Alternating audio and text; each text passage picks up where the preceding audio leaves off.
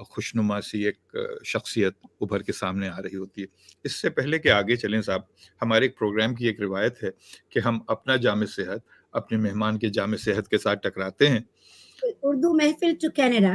اردو محفل to Canada. بہت بہت شکریہ. اللہ تعالیٰ آپ کو جزا دے اور اللہ تعالیٰ آپ کو اپنی امان میں رکھے. یہ آپ کی صحت کے لیے اور تمام اردو کے چاہنے والوں کے صحت کے لیے اور اردو کی بقا کے لیے. اور وہ بہت اچھی آپ نے روایت ڈالی ہے. جب ہم ان مغربی ممالک میں رہتے ہیں تو ہم لباس اور وضع قطع میں تو مغربی ہو جاتے ہیں، لیکن بہت ساری چیزیں ہم اپناتے نہیں ہیں. تو یہ ایسی چیز ہے کہ مجھے بہت یہ آپ کا منفرد انداز لگا اور بہت اچھا لگا کہ دعاؤں کے ساتھ شروع ہوتا ہے. بالکل بالکل. بہت شکریہ، بہت شکریہ اس کو سراہنے کا. آپ کی بارے میں جتنا کچھ میں جان سکا ہوں اس میں نے یہ دیکھا ہے کہ صحافت کے دور کے اندر آپ کو انٹرویوز کرنے کا شوق بھی رہا بہت، اور آپ کو بہت سارے ایسے لوگوں تک رسائی ملی کہ آپ نے ایسی شخصیات کا، چاہے وہ سیاسی شخصیات ہوں، سماجی شخصیات ہوں، ادبی شخصیات ہوں، ایک لمبی فہرست ہے آپ کے ہاں ان لوگوں کی جن سے آپ نے انٹرویوز کیے. ہم تو سوچ ہی سکتے ہیں، خواب ہی دیکھ سکتے ہیں اس کو، جن پلوں کو آپ طے کرائیں.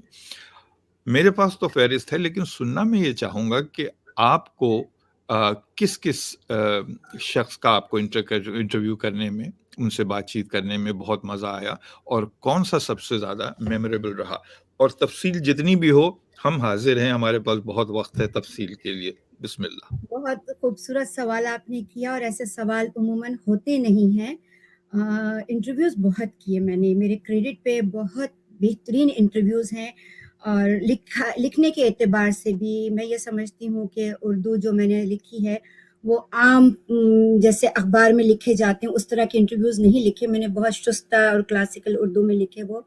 تو شروع کرتے ہیں ہم وہاں سے کہ جب جو بہت اچھے انٹرویوز میں ہے، جس میں علی سردار جعفری صاحب کا انٹرویو ہے، خمار بارہ بنکوی ہیں، پروفیسر عالیہ احمد سور ہیں، بشیر بدر ہیں، کیفی اعظمی ہیں، ڈاکٹر سلیم الزماں صدیقی صاحب ہیں، ڈاکٹر اسرار احمد ہیں. بہترین انٹرویو تھا ان کے ساتھ جو گفتگو رہی، اور ان کے نئے شخصیت کے ایک الگ ہی پہلو کو میں نے ڈسکور کیا وہاں پر.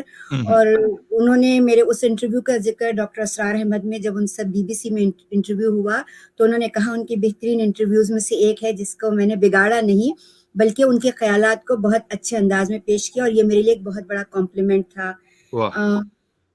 بے نظیر بھٹو کا میں نے انٹرویو کیا، سیاسی لوگوں میں جو ہے، اور کافی اور بھی. حکیم سعید صاحب کا انٹرویو ہے اس میں. اب تو بھولتی جا رہی ہوں، انہیں کہ بچپن سے 55 کا سفر جو ہے نا یہ بوکھلائے دیتا ہے.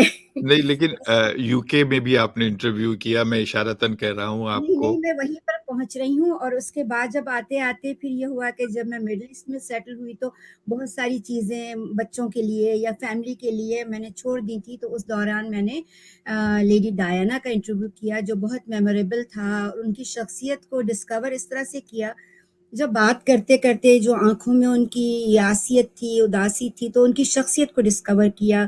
اور یہ اس زمانے میں لوگ سوچ بھی نہیں سکتے تھے. جب میں نے ان کا انٹرویو کرنے کے بعد میں ایکچولی ہوا یہ تھا، وہ انٹرویو کوئی اور کر رہے تھے اور ان کو کوئی ایکسیڈنٹ ہو گیا تو پھر میں نے وہ انٹرویو کیا تھا. تو یاسیت اور ان کا ڈپریشن میں نے ڈسکور کیا تھا وہاں پر.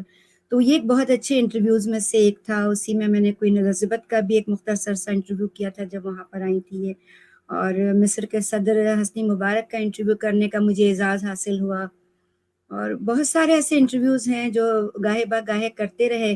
اور اب اس شعبے سے کافی دور ہو گئی ہوں، چونکہ جیسا کہ آپ سے کہا، آپ نے ذکر کیا کہ میں نے اپنا جو ماسٹرز ہے جرنلزم میں یا ماس کمیونیکیشن میں کیا ہے، تو یہ وہ سبجیکٹ ہے جو آپ کو ہمیشہ کسٹمر سروس میں انوالو رکھتا ہے. اور کسٹمر سروس جو ہے یہ میری اسٹرینتھ ہے. تو وہاں سے ہوتے ہوئے پھر جو سفر اپنا تبدیل کیا کسٹمر سروس میں رہے، بینکنگ کی سائڈ آ گئے. جی. اور جب سے کینیڈا میں ہوں تو الحمدللہ مینجمنٹ پوزیشن پہ ہوں، کنٹری لیڈر ہوں میں کمپلائنس میں اپنی فرم میں. تو فائنانس میں کام کرتے ہیں، نمبروں سے سارا دن لگے رہتے ہیں. اور میں نے تو ہمیشہ یہ کہا کہ پیسہ ہاتھ کا میل ہے لیکن دوسروں کے.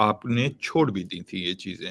2010 تک آپ نے اس میں اپنی دوسری مصروفیات کی وجہ سے لکھا نہیں, اور پھر 2010 میں جب آپ نے قلم اٹھایا تو اس کے بعد کیا کیا کن کن شعبوں میں کیا کیا لکھا آپ نے, کچھ اس کے بارے میں بتائیے. بالکل، اصل میں یہ جو گیپ تھا، ایک تو یہ تھا کہ مصروفیت تھی، بچے چھوٹے تھے، جاب بھی کرتی تھی، اور میرے ذہن میں یہی تھا کہ گھر پہلے ہے میرا. اللہ تعالیٰ سے عشق کے بعد میں میرا جو سب سے بڑا دنیاوی اور پہلا عشق وہ میرا گھر ہے. کچھ وہ معاملات بھی تھے لیکن وہ سلسلے چلتے رہے، لیکن ڈومیسٹکلی کچھ ایشوز میرے اپنے تھے جو ازدواجی زندگی میں تھے. تو میں جب لکھتی تھی اس کو تو مجھے لگتا تھا کہ میں ایماندار نہیں ہوں. لکھتے ہوئے ایسا لگتا تھا جب میں مسکراتی نہیں ہوں، میں نے ہنسنا چھوڑ دیا تھا، تو اگر میں کچھ ایسی چیز لکھوں جس میں مسکراہٹ ہے تو مجھے لگتا تھا میں ایماندار نہیں ہوں، یا کوئی بھی سچائی ہے، کوئی ایسی چیز. تو میں نے یہ سوچا کہ اس قلم کو توڑ دیا جائے، تو میں نے قلم توڑ دیا تھا اپنا. شاید وہ کہیں اس کی جو نب تھی وہ تھوڑی سی باقی رہ گئی تھی. تو جب اس سے نکلے اور میری جو پہلی شادی تھی وہ ڈیزالو ہوئی، خلا ہوئی وہاں سے، تو اس کے بعد میں جب دوبارہ لکھنا شروع کیا 2010 کے سپٹمبر سے جو دوبارہ واپسی ہوئی ہے اس میں، تو زیادہ تر یہ تھا کہ میں نے نثر پارے لکھے ہیں، نثری نظمیں جنہیں کہہ لیں، میں تو نثر پارے کہتی ہوں. اور اسی سے میری واپسی ہوئی، کیونکہ میں یہ سوچتی تھی جہاں میں نے چھوڑا تھا ایٹ لیسٹ میں وہاں سے شروع کرنا چاہتی تھی.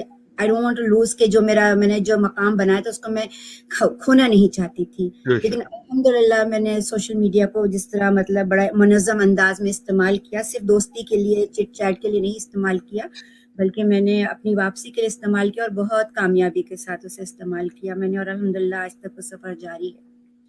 اب آ جائیں اس میں کہ نثر پارے جو میں نے لکھنے شروع کیے، لکھتی تو تھی میں پہلے بھی، لیکن اس کو اپنے شوق تک رکھا تھا. اس کا ایک بڑا جو کہنا چاہیے، ہندی میں کارن کہہ دیجئے، اردو میں وجہ کہہ دیجئے، انگریزی میں پرپس کہہ دیجئے، تو وہ یہ ہے کہ اردو میری جو میں لکھتی ہوں خاصی کلاسک ہے، اور کرشن چندر سے بہت متاثر ہوں، اور کرشن چندر کی جو اردو تھی اس میں نظمیہ انداز تھا، پوئٹک انداز تھا، اس سے بہت متاثر میں رہی شروع ہی سے. پہلا جو مجھے ادیب پڑھنے کو ملا وہ کرشن چندر ہی تھے، تو اس کے اثرات مجھ پہ خاصے رہے. تو پوئٹک ہے میری نثر جو ہے، اس سلسلے میں مجھے بڑی آسانی ہوئی. نثر پارے نثری نظمیں جو ہیں یہ میری بہت چھوٹی چھوٹی سی کہانیاں ہیں. میں یہ سمجھتی ہوں مجھے اس پہ دسترس ہے کہ پنچ لائن کہاں پر دینی ہے. چھوٹی چھوٹی 3 لائنوں میں بھی میں کہہ دیتی ہوں، جیسے ایک نظم ہے، 3 لائنوں کی نثری نظم ہے، نثر پارہ ہے، اس کا عنوان ہے دکھ. تو ہجرت کا فیصلہ کیا کیا میں نے، ہجرت کا فیصلہ کیا کیا میں نے، ماں کے گھر کے ساتھ ساتھ بہنیں بھی حصوں میں بڑھ گئی. اور یہ سچائی ہے، یہ مجھ پہ بیتی ہوئی بات ہے، اس میں یہ کسی اور کی کہانی نہیں لکھی میں نے، لیکن بہت سارے لوگوں نے کہا یہ ہماری کہانی ہے. تو میں سمجھتی ہوں کہ اللہ تعالیٰ کا یہ عطیہ تحفہ میرے پاس میں ہے کہ مجھے مختصر سے مختصر لکھنے پہ دسترس حاصل ہے، اور یہ ہے کہ پنچ لائن کہاں دینی ہے مجھے یہ معلوم ہے. تو اس سائڈ میں بہت زیادہ آ گئی، افسانے میرے بہت کم ہو گئے، اور وہ بھی میں لکھتی ہوں، کلیکٹ کر رہی ہوں، لکھتی جا رہی ہوں مختلف، یعنی کہ ذہنی رو تو تبدیل نہیں ہوئی. جیسے میں نے 12 سال کی عمر میں جیسے لکھنا شروع کیا تھا، اور اس وقت لوگوں کا کہنا تھا ایسا لگتا ہے کہ 70 سالہ افغان بڈھے کی روح ہے ان کے اندر. 120 سال ہو گئی ہے. کیا کہنے. خواتین و حضرات، ہماری گفتگو جاری ہے فاطمہ زہرا جبین صاحبہ سے، اور آپ تمام حضرات جو شامل ہوئے ہیں ہم آپ کے بہت شکر گزار ہیں. بہت سارے بیچ میں نام اور کمنٹس میں آئے جن کو میں کہہ نہیں پایا، لیکن میں آپ سب کو خیر مقدم کہتا ہوں. فیس بک یوزرز جو فیس بک سے آ رہے ہیں ان کو ایک دشواری ہوتی ہے کہ ان کا نام تب تک نہیں ریلیز ہوتا ڈسپلے کے لیے جب تک وہ اس کو پرمیشن نہ دے دیں.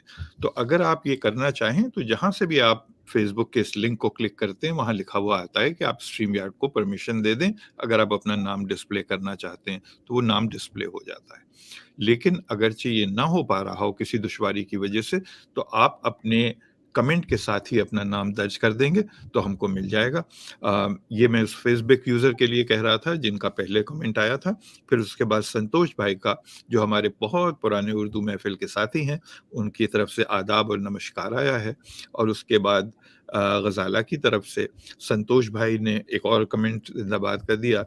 امت بجاج صاحب ہمارے ساتھی اور بہت ہی عمدہ شاعر جو اب ہیں ہندوستان سے اور رہتے ہیں یہاں امریکہ میں, ان کی طرف سے بھی داد.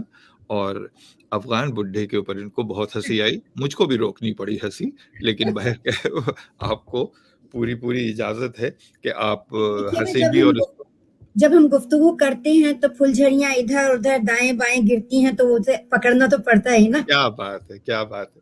دیکھیے آج کے ہماری وہ بات ہی کیا جس سے خوشبو نہ آئے. کیا کہنے.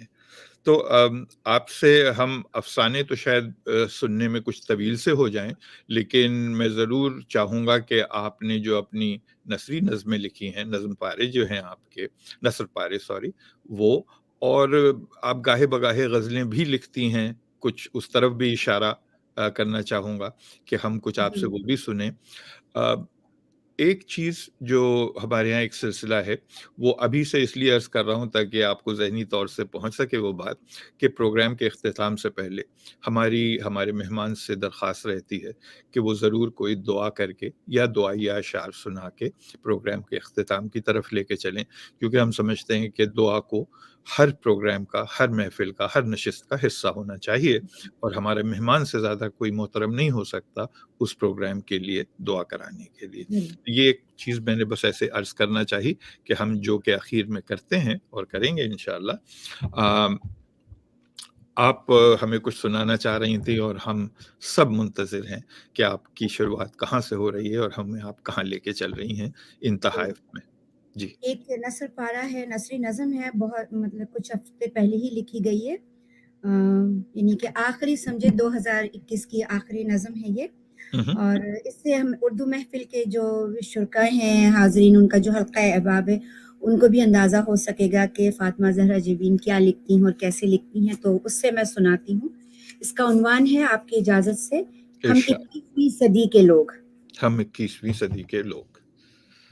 محبت جنس کی تسکین کا کلیدی جذبہ ہے. محبت جنس کی تسکین کا کلیدی جذبہ ہے, اور عورت نفس کی خواہش کا ذریعہ. اسی کلیدی جذبے کی تکمیل کا ایک ٹول ہے. اظہار کے اس جدید دور میں بھی چسکے کا ایک بیانیہ ہے. اظہار کے اس دور جدید میں بھی چسکے کا ایک بیانیہ ہے.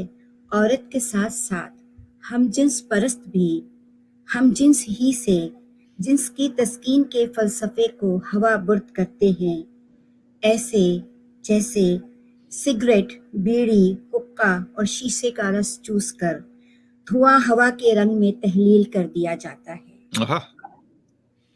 ایسے جیسے سگریٹ, بیڑی, حقہ, شیشے کا رس چوس کر دھواں ہوا کے رنگ میں تحلیل کر دیا جاتا ہے. ہم 21ویں صدی کے لوگ. ہم 21ویں صدی کے لوگ اسی لیے محبت نہیں کرتے.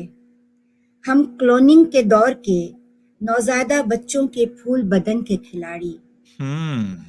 ہم کلوننگ کے دور کے نوزائیدہ بچوں کے پھول بدن کے کھلاڑی. ڈارک ویب اور اومیگل پر ویڈیو, ٹیکسٹ اور چیٹنگ کے رسیا. پب جی کے اکھاڑے کے پہلوان. اپنی جنت کی قربان گاہوں کے محافظ. اپنی جنت کی قربان گاہوں کے محافظ. سوشل میڈیا کے پجاری. اسی لیے تو نہ ہم محبت کرتے ہیں اور نہ کرنا چاہتے ہیں کہ اب سائنسی فلسفے کے زیر اثر لہو کی ماہیت پتلی ہوتی جا رہی ہے. اب وفا ماضی سے جڑا صرف ایک لفظ ہے. اب وفا ماضی سے جڑا صرف ایک لفظ ہے جو عزت کے ساتھ لفظ و لغت کی گواہ تاریخ میں محفوظ کر دیا گیا ہے. اب ہم جانتے اور سمجھتے ہیں محبت جنس کی تسکین کا کلیدی جذبہ ہے.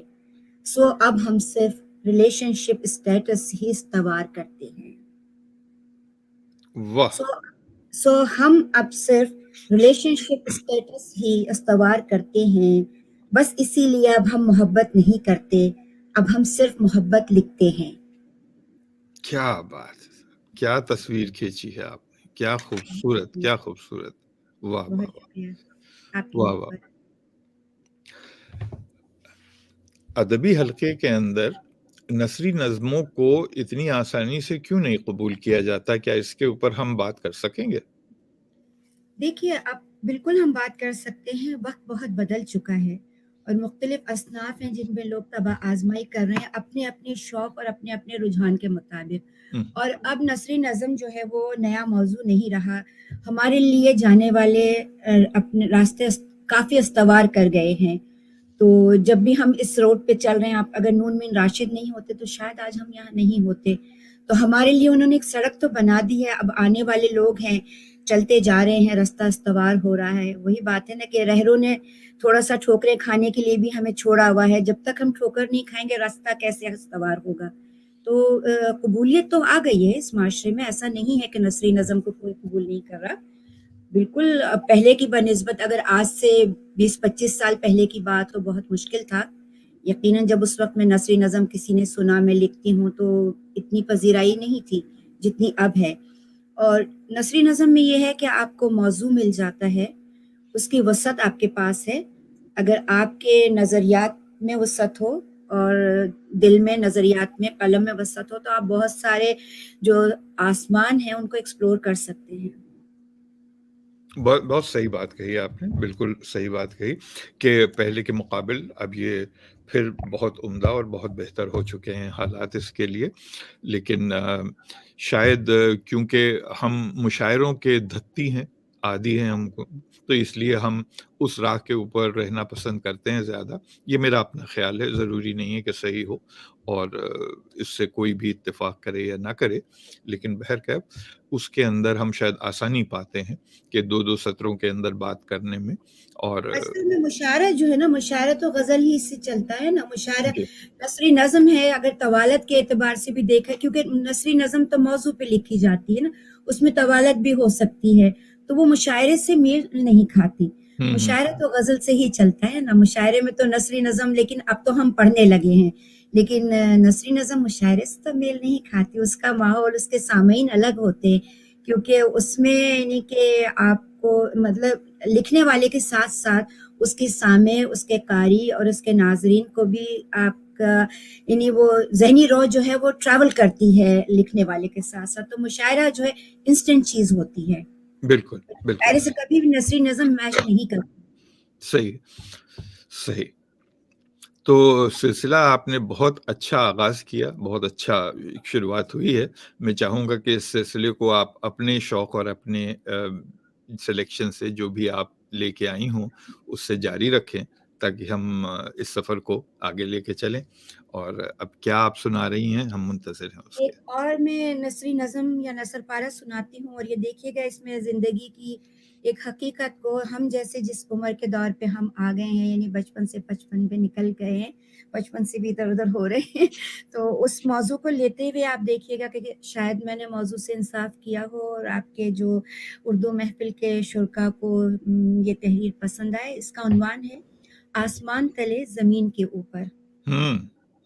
آسمان تلے زمین کے اوپر۔ زمین پر یارو چلو زندگی پر کتاب لکھتے ہیں، یارو چلو زندگی پر کتاب لکھتے ہیں، جس میں مدام خواب ہی بستے ہیں، روشن دنیا کھلا آسمان، روشن دنیا کھلا آسمان، دہکتی مچلتی تڑپتی زمین، اس کی گہرائی سے ابھرتی امید، اور امید کی گہرائی کو ناپتی ساتھ، اور اس ساتھ سے ابھرتا ہوا دیا، اور اس ساتھ سے ابھرتا ہوا دیا جو 1000 جہت رکھتا تھا۔ میں ایک نومولود بچہ، میں ایک نومولود بچہ، بچے سے لڑکے کے روپ میں ڈھلا، لڑکے سے مرد کے روپ میں چھایا دینے والا بنا۔ میں ایک نومولود بچہ، بچے سے لڑکے کے روپ میں ڈھلا، بچے سے لڑکے کے روپ میں ڈھلا، لڑکے سے مرد کے روپ میں چھایا دینے والا بنا، اور اس چھایا دینے والی چھت سے باہر کیا ہوا مرد، اور اس چھایا دینے والی چھت سے باہر کیا ہوا مرد یہی زندگی کی کتاب میں ہے، یہی زندگی کی کتاب میں ہے۔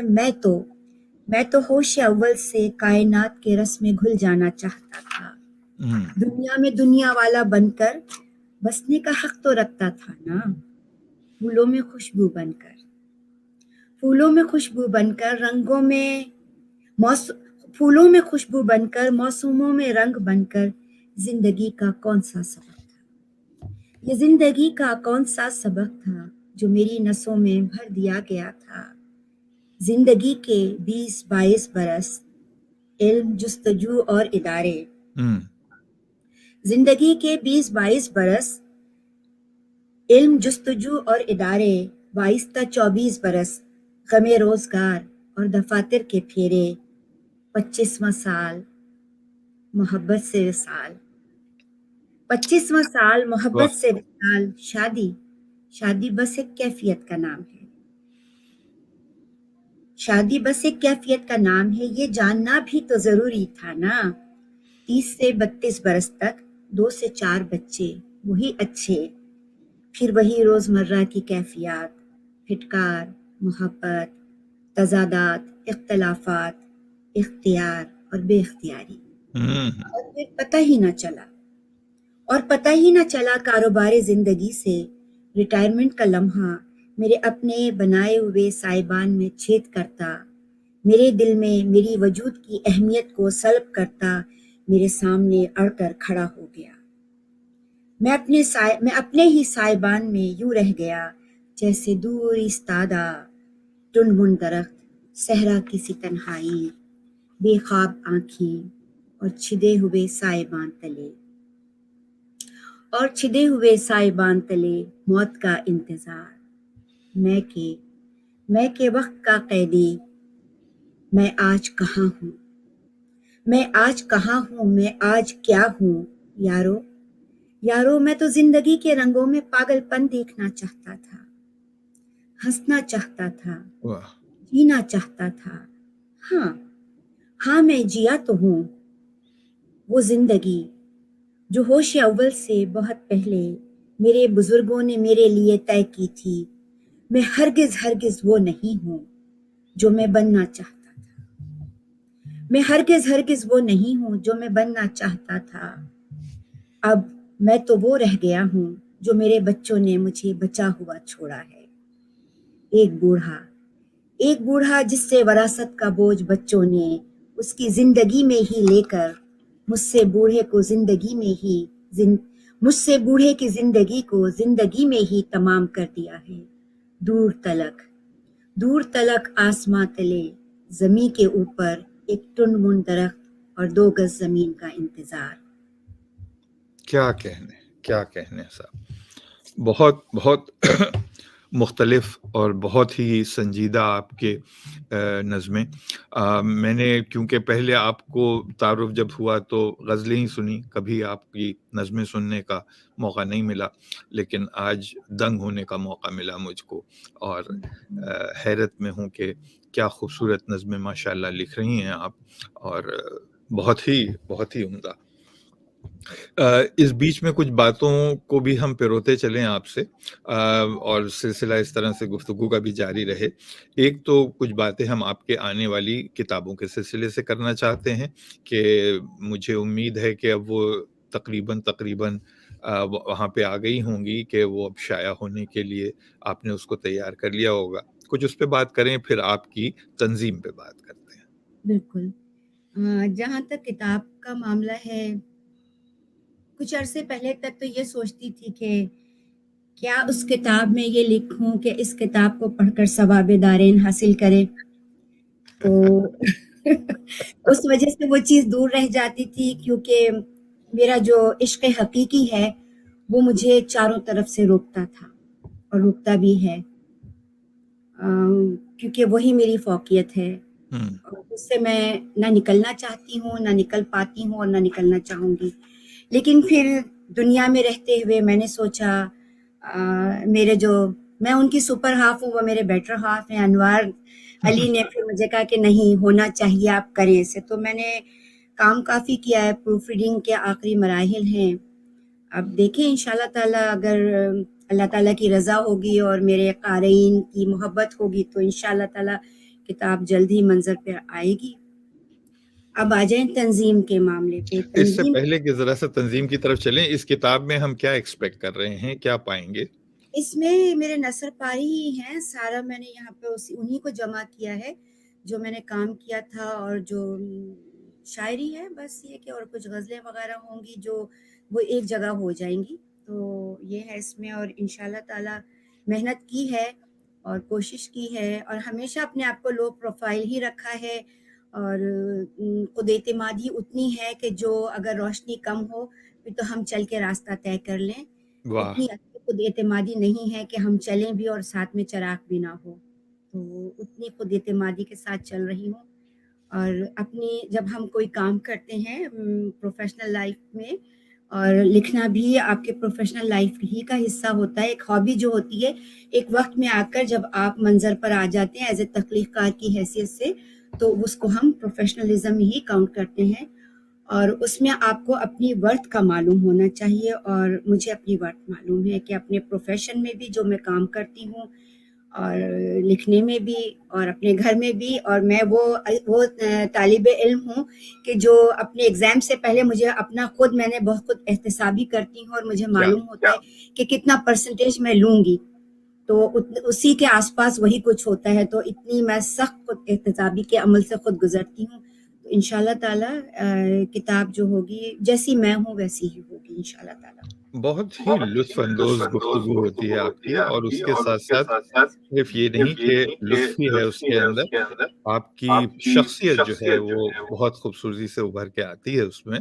اور میں سچ میں آج آپ سے گفتگو کر کے بہت ہی اپنے آپ کو خوش نصیب بھی پاتا ہوں, اور بہت ہی میں سمجھتا ہوں کہ جو لوگ پروگرام دیکھ رہے ہوں گے ہمارے ناظرین اس وقت, اور جو آگے بھی دیکھیں گے, وہ اس سے بہت لطف اندوز ہوں گے اور سبق بھی لیں گے کہ کس طرح سے آدمی اپنے آپ کا اپنا راستہ طے کر سکتا ہے, اور اس کو کس طرح سے بغیر فلیش کیے ہوئے, جسے ہم کہتے ہیں, منزل کی طرف چل سکتا ہے. قطع کلامی معاف, میں آپ کو ایک بتاؤں, میری جو شخصیت ہے اس کی تعمیر, چند چیزیں ہیں جس پہ میری شخصیت کی تعمیر ہوئی ہے. مجھے اپنے بچپن کا وہ دور بہت یاد آتا ہے. ہم والدہ صاحبہ سے اگر امی کچھ کہا کرتی تھی کسی چیز کو, بھئی یہ چیز لا دو یا کوئی چیز ہے, تو جب ہم بہن بھائیوں سے جو بھی ہے, تو اگر ہم یہ کہتے تھے امی وہ چیز نہیں ملی یا نہیں کام ہوا, تو امی کو کبھی ہم نے یہ نہیں دیکھا کہ انہوں نے اٹھا کے مار دیا ہو یا کچھ ڈانٹ ڈپٹ کی ہو. وہ بس اس طرح اوپر نظر بھر کے دیکھتی تھی. ماشاءاللہ بہت خوبصورت آنکھیں تھی میری والدہ کی, تو نظر بھر کے دیکھتی تھی اور بس ایک جملہ کہتی تھی ہمیشہ, where there is a will there is a way. اور یقین کیجئے کہ یہ میری زندگی کا حصہ ہے, میں نے اپنی زندگی کی تعمیر اسی پہ کی ہے. پھر جب اسکول میں آئے, ہم گریڈ 8 سے 9 میں آئے, تو ہم جب ہسٹری پڑھے, جو ہمارا ہسٹری مطلب اردو میں یا ہسٹری کا جو حصہ تھا ہمارے کمپلسری سبجیکٹ میں, تو اس میں یہ تھا کہ پاکستان جب بن رہا تھا تو 2 چیزیں سامنے آئی کہ ناؤ اور نیور, ڈو اور ڈائی. میری پوری زندگی اسی پہ تعمیر ہوئی ہے. where there is a will there is a way. میں اپنے ہر منفی چیز سے میں نے اپنا کامیابی حاصل کی ہے, ہر نیگیٹو میرے لیے سکسس کی ہے. اور میں یہ سوچتی ہوں کہ اگر آج میں نے نہیں کیا تو آنے والی کل کبھی میں نے دیکھنے کی امید نہیں ہے. جب میں رات میں سوتی ہوں تو میں عشاء کے بعد میں جب دعا کرتی تو کہتی ہوں اللہ تعالیٰ کا کہ شکر الحمدللہ, اور جب صبح اٹھتی ہوں تو کہتی ہوں شکر الحمدللہ کہ آج کی صبح میں نے دیکھی. تو آج کا کام جب میں کل پر ڈالوں تو وہ کل نہیں آنے والی ہے, تو ناؤ اور نیور. پھر جب آپ نے جہاد ہے زندگی کے ساتھ اپنا, ایوری ڈے ہم جہاد کرتے ہیں, تو ڈو اور ڈائی والی سچویشن ہے. ہم کیسے ٹیک اٹ ایزی کر سکتے ہیں زندگی کو کہ آنے والی سانس کا ہمیں معلوم ہی نہیں ہے. ہم میں سے ہر شخص, دنیا میں آنے والے بچے سے لے کر آخری دن اس دنیا میں جینے والا فرد, ہم سب جہاد میں ہی ہوتے ہیں. ہر سانس کے ساتھ ہم جہاد کرتے ہیں. جو اسٹرگل ہے, جو چیلنجز ہیں جو ہم ایکسپلور کرتے ہیں, ہمیں اٹھ کے چائے بنانی ہے, ہمیں اپنی فیملی کے لیے کھانا بنانا ہے, کھانے میں جو انگریڈینٹس ہیں, سانس لے رہے ہیں, اگر ہوا کلیئر نہیں ہے تو ہم ہیومیڈیفائر لگا دیتے, ایئر پیوریفائر لگا دیتے. ان چیلنجز سے ہم گزرتے ہیں. اگر یہ سب اگر ہم زندگی کو ہم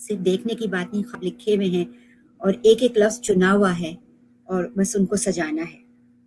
انشاءاللہ اللہ تعالیٰ آپ کے ساتھ اور اس میں Will مدد there be تو انشاءاللہ تعالی ایک ایک Absolutely. خواب جو ہے وہ سنہری حرفوں سے لکھا جائے گا. انشاءاللہ تعالیٰ بالکل. پروگرام میں کیونکہ اب وقت ہم 50 منٹ کی لائن پہ آ گئے ہیں اور تقریباً 10 منٹ ہمارے پاس رہ جاتے ہیں اور گفتگو ایسی کہ یہ جاری رہے اور ختم نہیں ہوگی، لیکن بے انتہا دلچسپ اور بے انتہا مؤثر. لیکن آپ سے کچھ ہماری غزلیں سننے کی بھی خواہش ہے، ہمارے اور ہمارے ناظرین تک کچھ پہنچیں غزلیں، اور اگر آپ ترنم سے سنانا چاہیں تو ہمیں اور بھی خوشی ہوگی. اختیار آپ کا ہے، ہماری صرف درخواست ہے. بالکل میں آپ کو ترنم سے سناؤں گی جو حکم آپ کا. یہ غزل میری بہت پرانی ہے، کالج کے زمانے کی غزل ہے اور کبھی ترنم سے میں نے پڑھا ہی نہیں تھا. گو کہ میں نعتیں وغیرہ پڑھتی ہوں باقاعدگی کے ساتھ میں، اور کالج کے زمانے سے، اسکول کے زمانے سے تو نہیں، کالج کے زمانے سے کہنا چاہیے کہ یہ شوق تھا میرا، لیکن کبھی میں نے سوچا نہیں تھا. تو بس ایسی ایک دفعہ کہیں ہم بات چیت ہو رہی تھی تو میں نے کہا تھا چیلنج نہیں کرنا. بس وہ بات تھی، چیلنج کی بات تھی. تو پھر ہم مونٹریال جا رہے تھے، ہماری بہت ہی اچھی بہت ہی پیاری سی دوست ہیں وہاں پہ، کاروان ادب کی تبسم انوار، تو ان کے پاس ہم جا رہے تھے اور راستے میں اس کا ترنم بن گیا.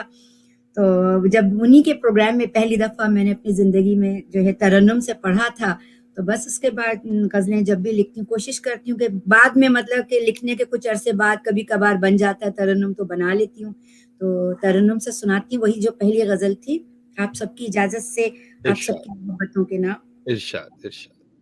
چونے عشق میں جس کے بہت ہی چرچا ہے، چونے عشق میں جس کے بہت ہی چرچا ہے، تمام شہر میں وہ شخص سب سے تنہا ہے. کیا بات، واہ واہ.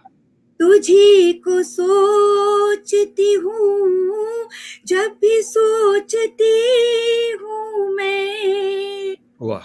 تجھی کو سوچتی ہوں جب بھی سوچتی ہوں میں، تیرے خیال سے اپنا عجیب رشتہ ہے، واہ واہ. تیرے خیال سے اپنا واہ واہ واہ. عجیب رشتہ ہے.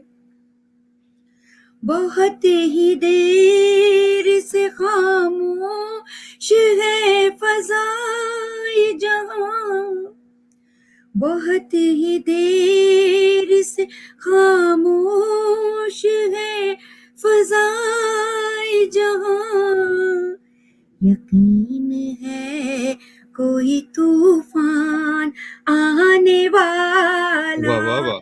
ہے، یقین ہے کوئی طوفان آنے والا ہے.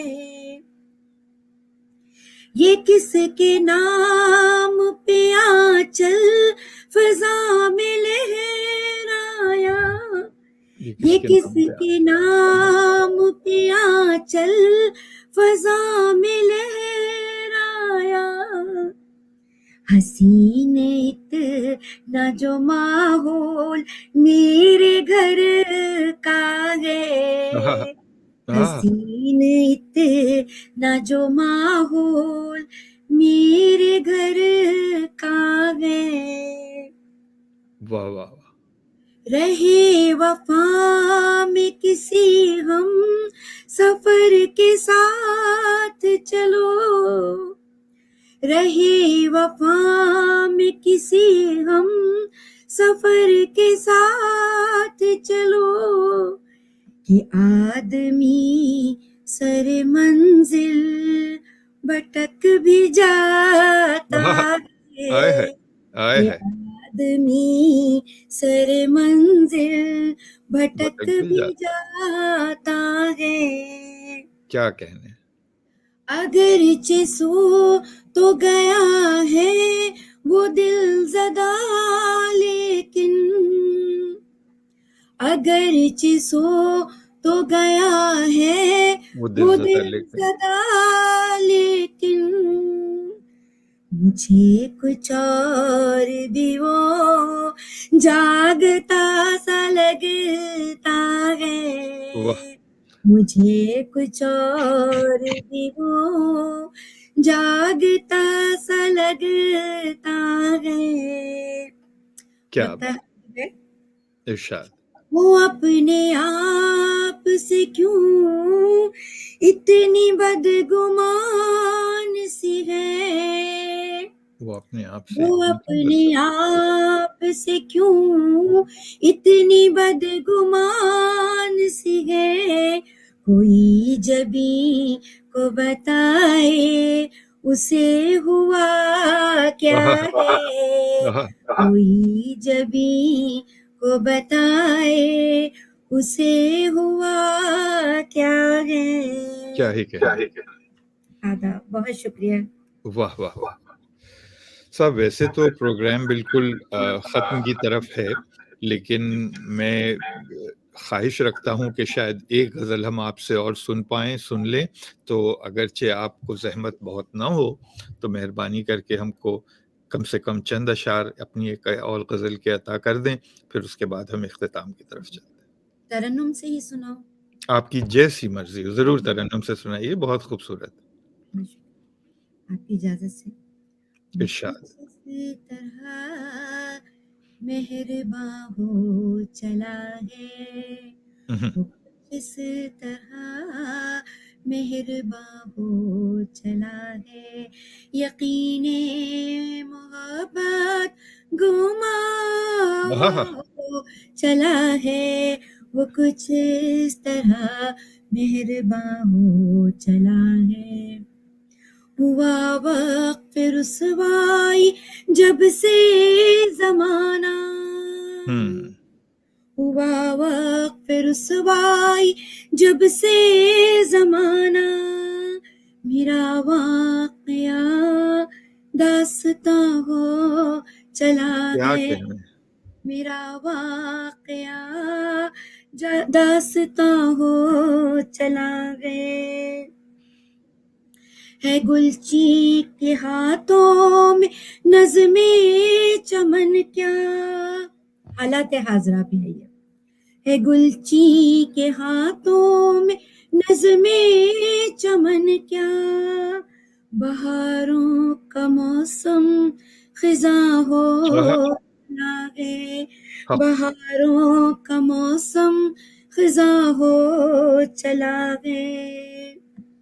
غم زندگی کا اثر کوئی دیکھے، غم زندگی کا غم زندگی کا اثر کوئی دیکھے، محبت کا شعلہ دھواں ہو چلا ہے، محبت کا شعلہ دھواں ہو چلا ہے.